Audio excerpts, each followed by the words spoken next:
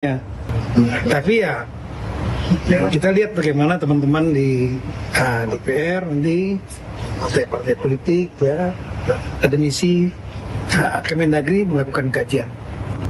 Demokrasi juga kan bisa diterjemahkan menjadi demokrasi langsung dan demokrasi dengan perwakilan. Kalau DPR itu demokrasi juga, tapi demokrasi perwakilan.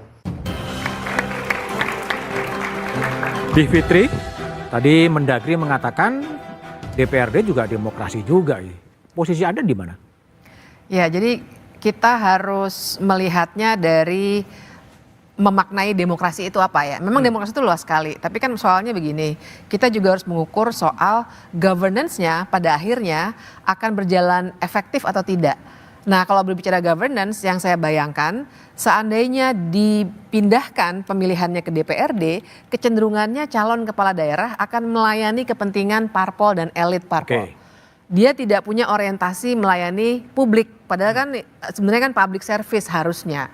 Itu yang harus dikhawatirkan. Kalau dengan cara berpikir seperti itu, maka sebenarnya kurang demokrasinya seandainya dipilih oleh DPRD. Jadi jangan membayangkan bahwa sistem politik kita sudah cukup baik sehingga membuat pemilihan oleh wakil itu akan lebih baik ketimbang dipilih oleh rakyat secara langsung.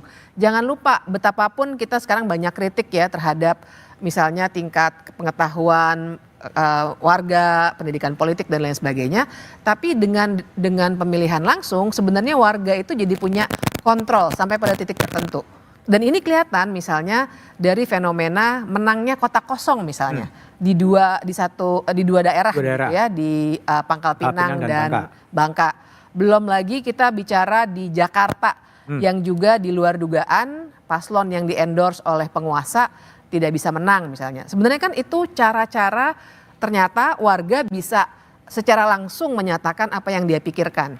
Bahkan tadi kami ngobrol ya, ada data menarik soal bagaimana ternyata di banyak daerah yang punya kotak kosong, 37 tadi ya Mas Hadar, tadi saya ngobrolnya sama Mas Hadar soalnya.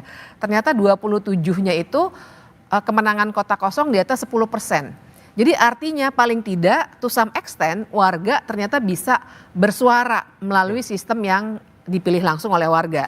Bayangkan kalau ke DPRD itu akan tergilas sama sekali. Tergilas. Jadi demokrasi yang katanya demokrasi itu kan memang luas sekali. Tapi kalau pada akhirnya yang harus diukur adalah sejauh mana accountability si pemimpin daerah itu, apakah ke elit partai dan partai politik atau ke warga. Demokrasi yang lebih sejati harusnya akuntabilitasnya kepada warga, bukan ke partai politik. Baik, Bung Hadar, ya. Kalau kita lihat 2014 kan, memang DPR kan sudah merevisi undang-undang dan kemudian dikembalikan ke DPRD dan kemudian Pak SBY pada waktu itu menerbitkan Perpu gitu kan, dikembalikan lagi kepada rakyat. Sebetulnya apa yang Anda baca dengan tarik ulur dan apakah sekarang ini akan goal sebetulnya? Ya, saya kira memang tentang kepraktisan dari partai politik dan elit politik kita untuk mencapai kemenangan. Itu yang dikejar sebetulnya. Tetapi kan pada 2014 itu protes juga cukup banyak ya. Sehingga dibaca oleh Presiden pada saat itu Pak SBY, ini tidak mungkin, ini harus betul-betul kita perhatikan masyarakat. Dan saya melihat sebetulnya memang kita ini kan pegang sistem demokrasi ya. Tadi di awal ngomongin ini perlu dikaji atau tidak dikaji. Saya pikir tidak perlu dikaji. Tidak perlu lagi kalau bicara sistem ya. Karena ini kan bicara sistem untuk kembali tidak langsung. Nah, tentang sistemnya itu tidak perlu dikaji lagi. Oke, coba kita dengar ya bagaimana sebenarnya pidatonya SBY pada tahun 2014. Ini dapat award nih gara-gara. Kita sama-sama mengetahui bahwa RUU pemilihan kepala daerah tidak langsung melalui pemilihan di DPRD telah dipilih oleh DPR RI melalui pemungutan suara pada dini hari tanggal 26 September 2014. Terus terang, saya tidak setuju atas keputusan tersebut. Saya tetap konsisten memilih pilkada langsung oleh rakyat dengan perbaikan-perbaikan. Oleh karena itu, saya telah berkonsultasi dengan berbagai pihak, termasuk para ahli tata negara, untuk mengambil langkah konstitusional demi menyelamatkan demokrasi dan kedaulatan rakyat. Oke, Bung Hadar, kalau baca pidato respon Pak SBY ingin menyelamatkan demokrasi dan mengeluarkan Perpu, ini bisa berpotensi terjadi lagi ya? Sangat mungkin kalau kemudian DPR terus menyetujui dan akan kembali, bisa jadi karena kemudian saya duga reaksi masyarakat akan sangat kuat penolakan, dan sangat mungkin nanti Presiden juga akan Pak Prabowo ini kan juga bisa membaca lah ya. Kalau memang reaksinya begitu kuat bisa berubah.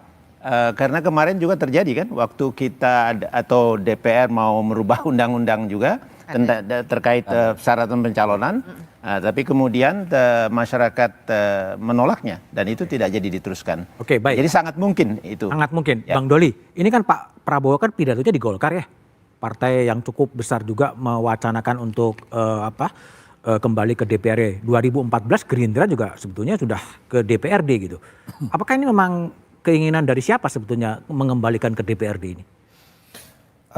Saya juga sebetulnya kan kemarin disampaikan Pak Prabowo itu cuma contoh saja ya. Saya nggak melihat bahwa itu adalah statement imperatif kita yang mengajak kita menyimpulkan kemudian kita harus kembali ke DPRD. Kan waktu itu kan dicontohkan saja bahwa negara tetangga kita Malaysia, Singapura, India yang secara sistem berbeda sebenarnya. Ya kan di sana sistemnya parlementer. Ya memang semua hal melalui parlemen gitu loh. Nah kita kan sistemnya sistem presidensial. Nah jadi memang sejatinya apa yang selama ini dilakukan itu menegaskan kita adalah sistem presidensial. Nah tapi kan itu sekali lagi saya katakan kita jangan mensimplifikasi ya. Bahwa kemudian pernyataan itu mengajak kita langsung kepada DPRD. Kalau saya senang pernyataan itu karena ini selaras dengan teman-teman Komisi 2 yang ingin memperbaiki sistem bukan hanya pilkada, tapi pemilu ada pilpres, ada pileg, kemudian sistem politik demokrasi kita.